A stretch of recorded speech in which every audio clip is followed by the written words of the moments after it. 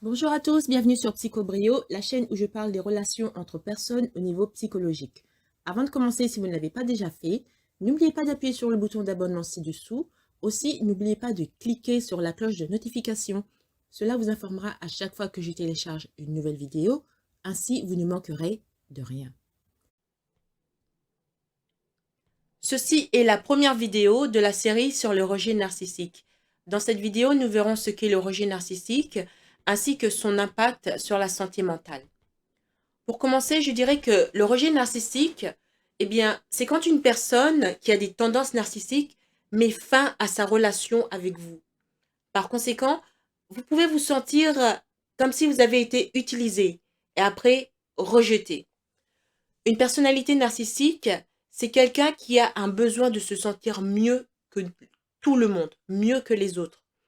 Ce sont des gens qui veulent être la personne la plus importante de la pièce, ou du moins acceptée par les personnes les plus importantes de la pièce. Ça fait la différence entre le narcissique grandiose et le narcissique vulnérable. J'ai des vidéos dessus. Bien que les gens utilisent souvent le terme narcissique avec désinvolture pour désigner les personnes égoïstes et égocentriques, le trouble de la personnalité narcissique est en fait un vrai problème de santé mentale. Une étude de 2012 note que cette condition peut rendre difficile pour les gens de maintenir des relations interpersonnelles avec la famille, les collègues et aussi les autres membres de leur communauté. Donc, voyons un peu plus qu'est-ce que c'est que le rejet narcissique. Il peut être utile de comprendre le rejet narcissique dans le contexte d'une relation narcissique. Ce sont les étapes, maintenant je vais parler de quelques étapes des relations narcissiques.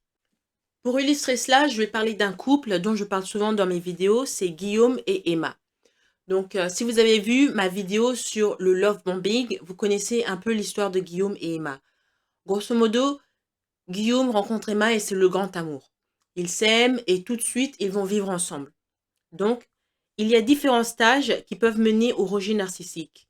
Et ces stages sont l'appréciation, la dépréciation, la répétition et le rejet. Donc, 4 stades. Voyons ce qu'il en est dans le cas de Guillaume et Emma. D'abord, commençons par l'appréciation. Au début, les relations narcissiques commencent souvent avec un pitch fervent. Et c'est ce qui s'est passé avec Guillaume et Emma. C'était le grand amour. L'amour, comment on appelle ça là? L'amour au premier regard, le coup de foudre. Donc c'est ça, le pitch fervent. La personne aura l'air de quelqu'un de spécial et elle vous fera sentir unique, quel que soit euh, le niveau de romantisme. Ça peut être, enfin, le niveau de là où vous vous avez rencontré, ça peut être au niveau professionnel ou autre chose. Eh bien, la relation que vous allez avoir avec cette personne va évoluer rapidement. Donc, au début, Guillaume et Emma se rencontrent et c'est le grand amour. Très vite, ils vont vivre ensemble. Ils vivent ensemble. Les quelques premiers jours, c'est magnifique. Mais après, qu'est-ce qui se passe? On arrive au stage de la dépréciation. Une fois que vous devez voir, c'est comme un serpent qui arrive près de sa proie et qui commence à séduire cette proie. Vous savez, les serpents, comment ils bougent tout doucement. Donc la proie, si elle n'a pas l'habitude, si elle est un peu naïve, elle ne sait pas ce que c'est, elle va dire, oh, c'est un animal étrange qui a des couleurs étranges. Certains serpents ont aussi des belles couleurs, hein, des couleurs rayonnantes et tout ça. Je pense que c'est la couleuvre. Regardez, l'animal va dire, oh, c'est un animal qui a des belles couleurs, c'est du rouge, du blanc, du noir, c'est bien fait, oh, c'est étrange, etc. Donc l'animal, la proie, est séduit par l'aspect extérieur du serpent. De la même chose, la proie du narcissique peut être séduit par le beau parler du serpent, enfin du narcissique, ou même sa beauté physique. Ou il peut avoir d'autres qualités, hein, ça peut même être son compte en banque, hein. Donc pensez à ça, la proie est séduite par le serpent. Maintenant, on arrive à la dépréciation. Donc la dépréciation, c'est quand la personne ayant des tendances narcissiques commencera à vous séparer et à trouver des défauts avec vous. Donc, vous voyez ça, le cas de cette duchesse qui sépare son mari de sa famille. Ils vont habiter carrément dans un autre pays. Et dans le cas du serpent, c'est un peu la même chose. Le serpent va faire en sorte de vous séparer de votre clan, mais même il va vous attaquer plutôt aussi au moment où vous êtes séparés. Beaucoup de serpents vont choisir il y a toujours une question d'isolation quelque part. Beaucoup de serpents vont choisir de vous attaquer quand vous êtes loin de votre troupeau, par exemple. Donc, pendant ce temps-là, ils vont vous séduire, ils vont vous féliciter, ils vont vous faire vous sentir bien. Ils vont vous faire du gaslighting, comme on dit. J'ai une vidéo sur le gaslighting en déformant votre sens de la réalité. Et ça, c'est quand ils arrivent à la dépréciation. Ils vous font du gaslighting en déformant votre sens de la réalité en disant, mais non, j'ai pas dit ça, c'est toi qui l'as dit, t'es sûr que j'ai fait ça, est-ce vrai que ça s'est vraiment passé comme ça? Ce genre de questions, ça vous mène dans la détresse et après, ils commencent à vous blâmer. Donc ça, c'est le stage de la dépréciation. On a vu l'appréciation, c'est le coup de foudre, etc. La dépréciation, c'est petit à petit, il vous sépare de votre point de sécurité. Ça peut être votre famille ou vos amis, etc. Et après, il commence le gaslighting en vous posant des questions qui font que vous interrogez sur la réalité. Est-ce vrai que j'ai vraiment fait ça? Est-ce vrai que... ce genre de questions. Le troisième point ici, c'est la répétition. Vous allez vous sentir confus, anxieux, déprimé et vous demanderez si vous avez du bon sens. C'est un peu le cas dans l'histoire de Guillaume et Emma. Emma était tellement confuse parce que quand elle a rencontré Guillaume, c'était le prince charmant. Maintenant qu'elle habite avec lui, c'est comme si elle était avec quelqu'un d'autre. Et elle a du mal à réconcilier les deux. Elle ne sait pas à qui elle a affaire. Elle se dit peut-être, avec tout le gaslighting qu'elle a eu, elle se dit peut-être que c'est moi le problème. Donc, comme je l'ai dit, la répétition, c'est vous allez vous sentir confus, anxieux, déprimé, et vous vous démènerez pour être assez bon. Parce que pour les yeux du narcissique, quoi que vous fassiez, ça n'est pas assez bon. Ah, mais t'as mis trop de sel. Mais attends, je cuisine toujours comme ça. Oui, mais cette fois-ci, t'as mis trop de sel. Alors que vous êtes sûr que vous n'avez pas mis trop de sel. Ce genre de choses, hein. Donc, ils vont faire que vous vous sentiez confus, que vous perdiez confiance en vous-même. En plus, parce qu'ils vous ont séparé des gens qui vous aiment, eh bien, vous n'avez pas cette sécurité pour eux dire non, non, ça ne se passe pas comme ça, pour venir à votre rescousse. Après, qu'est-ce qui se passe dans ce cycle de la répétition? On en est au niveau répétition. Eh bien, le narcissique va de temps en temps réagir avec rage. Et c'est ça que le cycle de dépréciation et d'appréciation va continuer. Quand il va réagir avec rage, imaginez, il commence à vous crier dessus, et vous dites, si tu me cries encore comme ça, je m'en vais, enfin, quelque chose comme ça, et ben, il va s'excuser, il va dire, oh, je suis vraiment désolé, et il va redevenir Roméo et Juliette, il va devenir Roméo, et il va vous offrir des fleurs, il va être gentil avec vous, vous dites, ah, j'ai le Guillaume dont j'ai l'habitude d'avoir. Et après, quelques jours, voire quelques semaines, il redevient rageux, il commence à vous déprécier encore. Donc ça va être un cycle qui semble ne pas avoir de fin. Donc il vous rabaisse, il s'excuse, vous le pardonnez. Il vous rabaisse, il s'excuse, vous le pardonnez. Il vous rabaisse, vous imaginez, c'est comme les roues d'un vélo. Ça continue de rouler, ça ne s'arrête pas. Maintenant, le dernier stade, c'est la rejection. Ça dépend de vous. Parce qu'ils vont utiliser un gain personnel et lorsque vous ne leur serez plus utile, ils vont vous rejeter. Ça dépend de vous. Vous pouvez accepter de rester dans ce genre de cycle ou de partir. Parce que le narcissique, lui, il n'en a rien à faire de vous.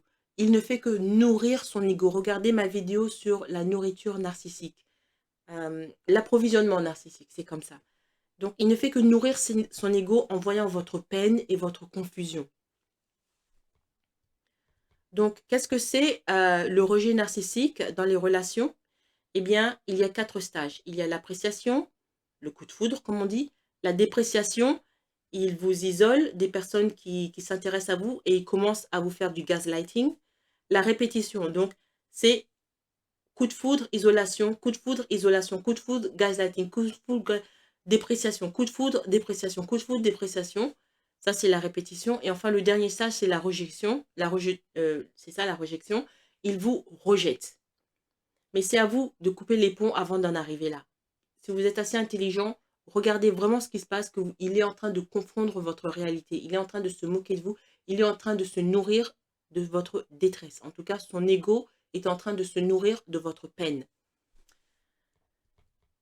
Selon une étude qui a eu lieu en 2017, les personnes atteintes d'un trouble de la personnalité narcissique ont souvent du mal à maintenir des relations à long terme. Ce sont des gens qui ont tendance à utiliser les autres personnes pour renforcer leur sens du moi. Comme je l'ai dit plus tôt, pour nourrir leur ego. Pourquoi est-ce qu'ils feraient ça? Eh bien, c'est souvent en raison d'un manque d'affection parentale dans l'enfance. C'est un problème de parentalité. Je l'ai expliqué dans ma vidéo, l'une de mes premières vidéos sur le trouble de la personnalité narcissique. Il y a un problème de parentalité. Soit ils ont été trop aimés, soit ils n'ont pas été aimés assez quand ils étaient enfants. Donc, ils considèrent les autres comme des objets à jeter lorsqu'ils ne sont plus utiles.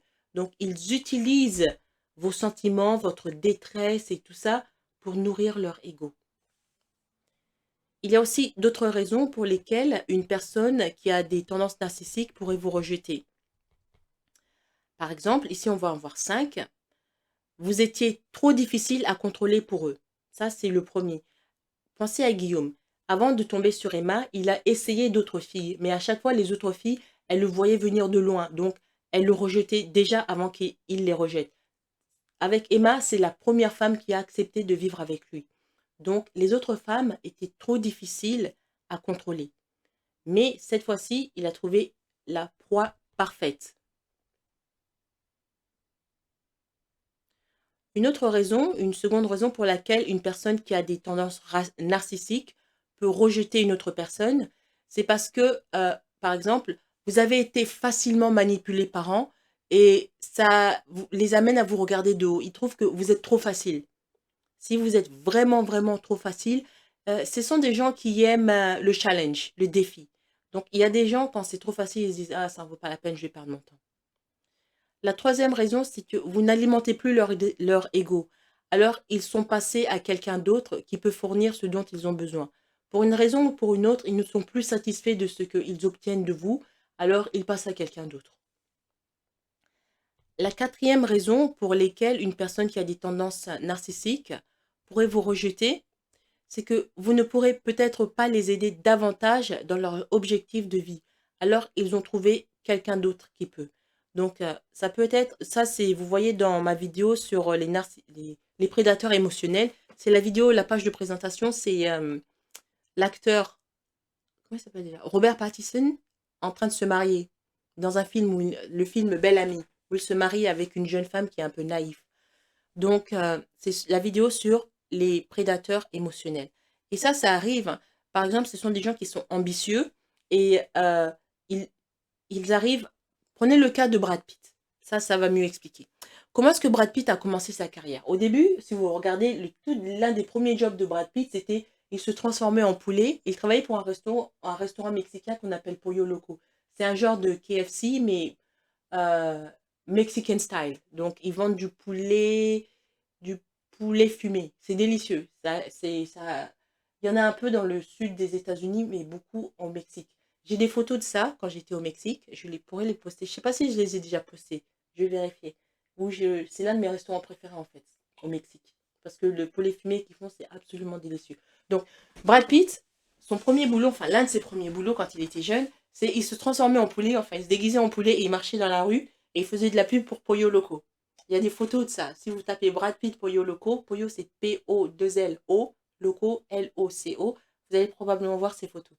Mais son rêve c'était de devenir acteur. Donc comment est-ce qu'il devient acteur? Il sait qu'il est plutôt beau gosse et qu'il a du talent. Mais ça, c'est pas suffisant.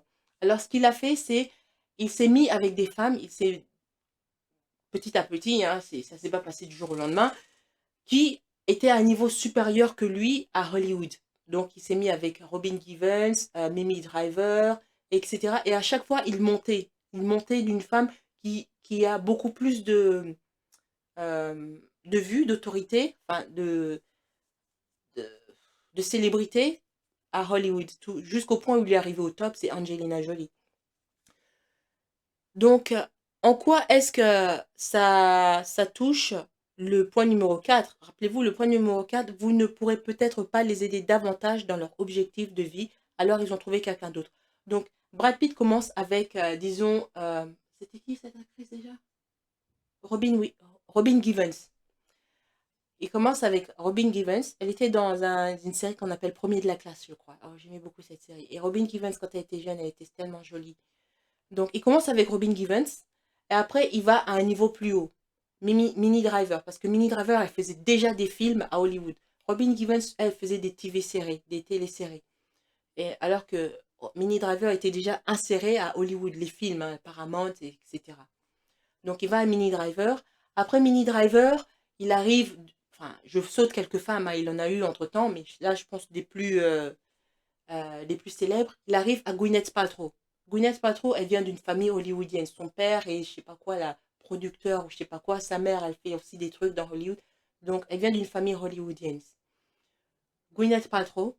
Après, quand il a eu ce qu'il voulait de Gwyneth Paltrow, il va à une autre femme et ainsi de suite jusqu'à ce qu'il arrive au sommet, Angelina Jolie. C'est comme ça qu'un narcissique, eh bien, il va utiliser la personne et après, il va rejeter cette personne et passer à quelqu'un d'autre parce qu'il n'a plus besoin de la personne initiale. Et enfin, le point numéro 5, ils sentent qu'ils peuvent monter de niveau et passer à quelqu'un de meilleur d'une manière dysfonctionnelle. Ça, c'est la même chose, mais on amène le côté dysfonctionnel à ce point numéro 4. Parce que dans le point numéro 4, je dis juste qu'il passe d'une femme à une autre. Mais il faut voir la manière dont il passe d'une femme à une autre. Hein. C'est pas juste, oh, je suis désolée, notre relation, c'est fini. Non, il les tège. Il les rejette. Mais ça brise le cœur. Regardez ce qui s'est passé avec Jennifer Aniston. Il n'a pas invité Jennifer pour lui dire, je suis désolée, Jennifer, bah maintenant, tu sais quoi. Non, il l'a trompée. Il a fait ça sur son dos. Il a rencontré Angelina Jolie sur le set d'un film et sur le dos de Jennifer, il l'a trompée.